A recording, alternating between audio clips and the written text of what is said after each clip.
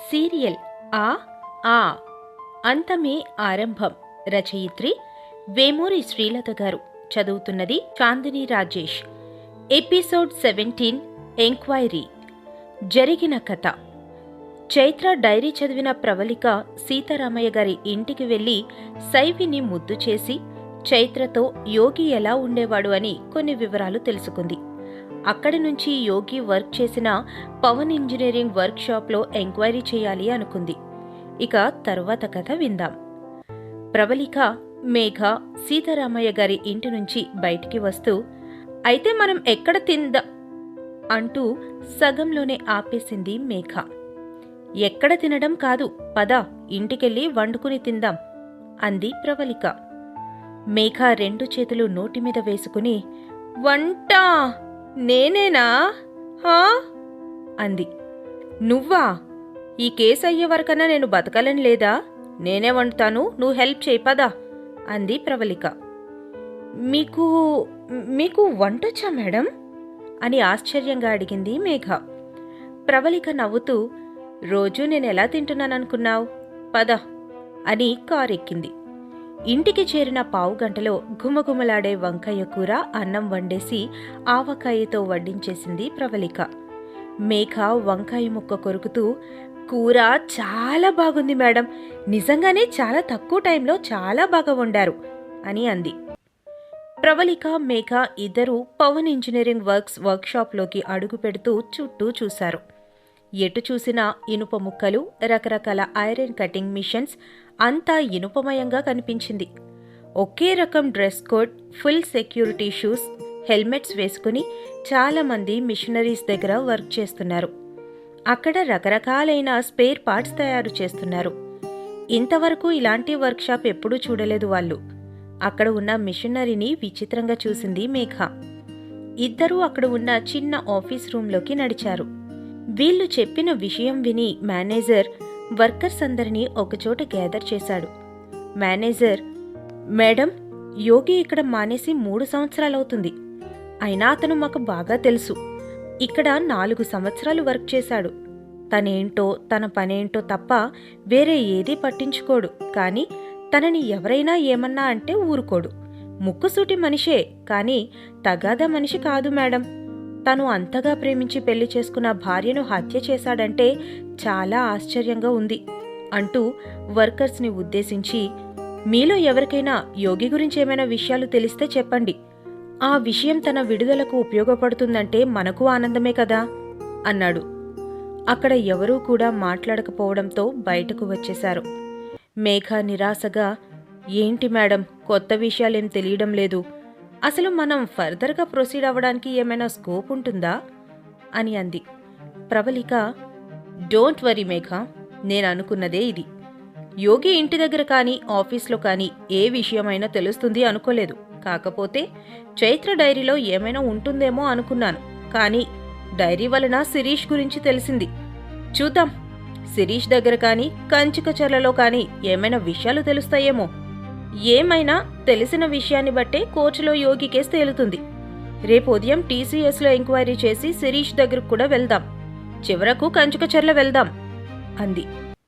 రౌద్ర గణాలకు అధిపతినై, యముని మహిషపు లోహపు గంటనై, వీరభద్రుని నిశాచపద ఘట్టాన్నై, మృత్యు దేవత పద ఘంటికనై, పీడిత తాడిత దీనుల విముక్తికై కదిలిన కాలయముని మృత్యు ఘోషనై, 1000 కాలనాగుల నిశ్వాసం, నా ఊపిరుల మరణ మృదంగం, నే రాస్తున్నా మరణ శాసనం అని బొగ్గుముక్కతో జైలులో గోడలపై రాశాడు యోగి.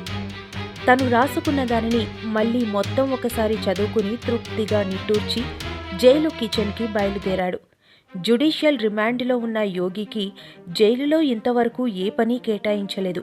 సెల్లో ఒంటరిగా ఉండలేకపోతున్నాను అని ముందు రోజు రాత్రే కిచెన్లో పనిచేస్తానని జైలర్ని అడిగి అక్కడికి వెళ్లే అనుమతి సంపాదించాడు. ప్రిజన్ అదొక లోకం. అక్కడ సరదాలు ఉంటాయి, కోపాలు ఉంటాయి, స్నేహాలు ఉంటాయి. శిక్ష అనుభవిస్తూ పరివర్తన చెందేవారు ఉంటారు, ఇంకా పగ పెంచుకునేవారు ఉంటారు. కిచెన్లోకి అడుగుపెట్టిన యోగి నలుమూలలా కళ్ళతోనే చూశాడు. అంతా పెద్ద హాల్లా ఉంది. అందులో వంట సామాను, సరుకులు, కూరగాయలు, నూనె డబ్బాలు, ఖాళీ అయిపోయిన కవర్స్, ఖాళీ బియ్యం గోతాలు, అంతా కంగాలీగా ఉంది. రాత్రి పని మొత్తం అయిపోయిన తర్వాత శుభ్రం చేస్తారేమో. ప్రస్తుతం నానా గందరగోళంగా ఉంది. అక్కడ 20 మంది పైనే ఉన్నారు. అందరూ కొత్తగా అడుగుపెట్టిన యోగిని ఒకసారి చూసి తల తిప్పుకున్నారు. అక్కడ ఉన్న సెంట్రీతో, నేను ఏమైనా పని చేస్తాను అని అన్నాడు యోగి. నీకు ఏ పని వస్తే అది చెయ్యి అని చెప్పాడు సెంట్రీ. అక్కడున్న నూనె డబ్బా పక్కగా కింద గోతాం మీద కూర్చుని ఆ రోజుకు కోయవలసిన కూరగాయలు పక్కన వేసుకుని చాకుతో కోయడం మొదలుపెట్టాడు. అందరూ ఎవరి పనిలో వాళ్ళు మూనిగి ఉన్నారు. యోగి మెల్లగా నూనె డబ్బా కింద చాకుతో గట్టిగా పొడిచాడు. నాలుకలు చాస్తూ ఆకలి కొన్న పాములా మెలుకలు తిరుగుతూ నూనె కింద పారింది. కూరగాయ ముక్కలు వాళ్లకు అందించడానికి అటూ ఇటూ తిరుగుతూ కాళ్లతోనే లాగుతూ పాలిథీన్ కవర్స్, బియ్యం గోతాలు ఎవరూ గమనించని విధంగా ఆ హాల్ మొత్తం అక్కడొకటి పరిచాడు. మెల్లగా కింద పారే నూనె అందరి కాళ్లకు అంటి ఆ హాల్ నేల మీద మొత్తం వ్యాపించింది. అన్నం ఉడుకుతున్న కట్టెల పొయ్యిలో నుండి ఒక మండే కర్ర ఎవరికంటా పడకుండా మెల్లగా అతని కాలు వెంట బయటకు జారింది.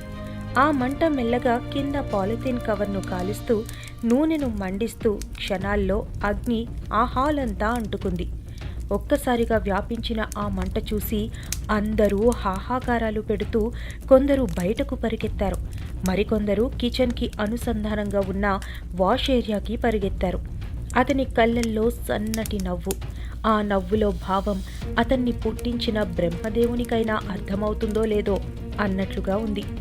సెంట్రీలు ఫైర్ ఎక్స్టింగ్విషర్ తెచ్చేలోగా వాష్ ఏరియాలోకి పరిగెత్తిన ఖైదీలు అక్కడున్న డ్రమ్ముల్లో నీళ్లు కిచెన్లో కింద గుమ్మరించారు. జైలర్ పరిగెత్తుకుంటూ వచ్చాడు. క్షణాల్లో పెద్ద ప్రమాదం తప్పింది. ఎంత ప్రమాదం తప్పింది! ఇంతవరకు ఎప్పుడూ ఇలా జరగలేదు. ఖైదీలు చావును తప్పించుకున్నందుకు గుండెలపై చేతులు వేసుకున్నారు. అతని పెదవులపై అదే చిరునవ్వు. అక్కడ జరిగిన దారుణమంతా అక్కడున్న సీసీ కెమెరా నిశ్శబ్దంగా తనలో నిక్షిప్తం చేసుకుంది. ఇదిలా ఉండగా యోగి అపార్ట్మెంట్ దగ్గరకు వెళ్లారు ప్రవళిక, మేఘ. అపార్ట్మెంట్ సంస్కృతి ఎవరి జీవితాలు వారివి. పక్క మనిషి ఏమైపోతున్నాడో కూడా చూడలేని దౌర్భాగ్యం. తలుపులేసుకుని ఫోన్స్లో ఖండాలవతల ముక్కు మొహం తెలియని వారికి ఫ్రెండ్షిప్ రిక్వెస్ట్లు పెడుతూ ఉంటారు. మన ఇంటి పక్కనే ఉన్నవారిని పలకరించడం మొహమాటంగా ఫీల్ అవుతారు. ముందుగా అక్కడి వాచ్మెన్ను ఎంక్వైరీ చేశారు. యోగి సార్ కొంచెం కోపం మనిషే. తన పార్కింగ్ ఏరియాలో ఎవరైనా బండి కానీ కారు కానీ పెట్టినా ఊరుకోడు. అంతేకాని ఎవరి జోలికి వెళ్ళడు. తన భార్యను చంపుకునేంత చెడ్డ మనిషి అనుకోనమ్మా అన్నాడు వాచ్మెన్. ఎదురింటి వాళ్ళు, అపార్ట్మెంట్ సెక్రటరీ కూడా అలాగే చెప్పారు. భార్యతో పెద్ద తగాదాలు ఎప్పుడూ లేవు. వారి పనేంటో వాళ్లే. ఎప్పుడైనా ఫంక్షన్స్ టైంలో చైత్రే అందరితో కొంచెం క్లోజ్గా ఉండేది. యోగి మాత్రం ఎవరితోనూ పెద్దగా మాట్లాడేవారు కాదు అన్నారు. టీసీఎస్లో కూడా అవే సమాధానాలు.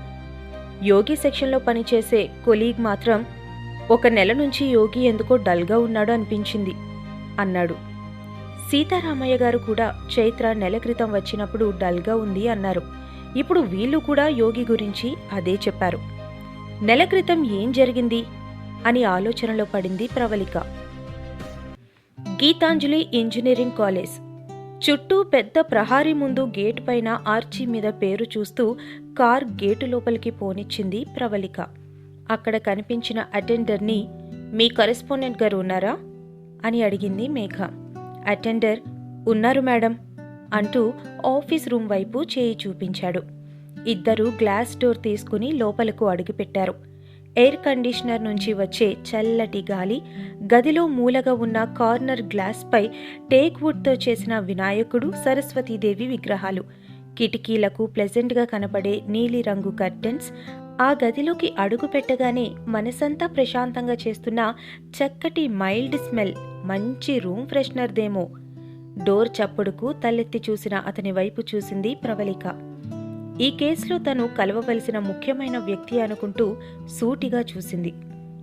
5 అడుగుల 10 అంగుళాల ఎత్తుతో, హైట్కి సరిపడా లావు, మరీ తెలుపు కాకపోయినా మంచి ఆరోగ్యవంతమైన మెరుపుతో, మంచి క్రమశిక్షణతో, పోషణతో కుదురు చేసి పెంచిన ఆరోగ్యవంతమైన వృక్షంలా ఉన్నాడు. నమస్తే, ఐ యామ్ ప్రవళిక, క్రిమినల్ లాయర్ని. మై అసిస్టెంట్ మేఘా అని పరిచయం చేసుకుంది.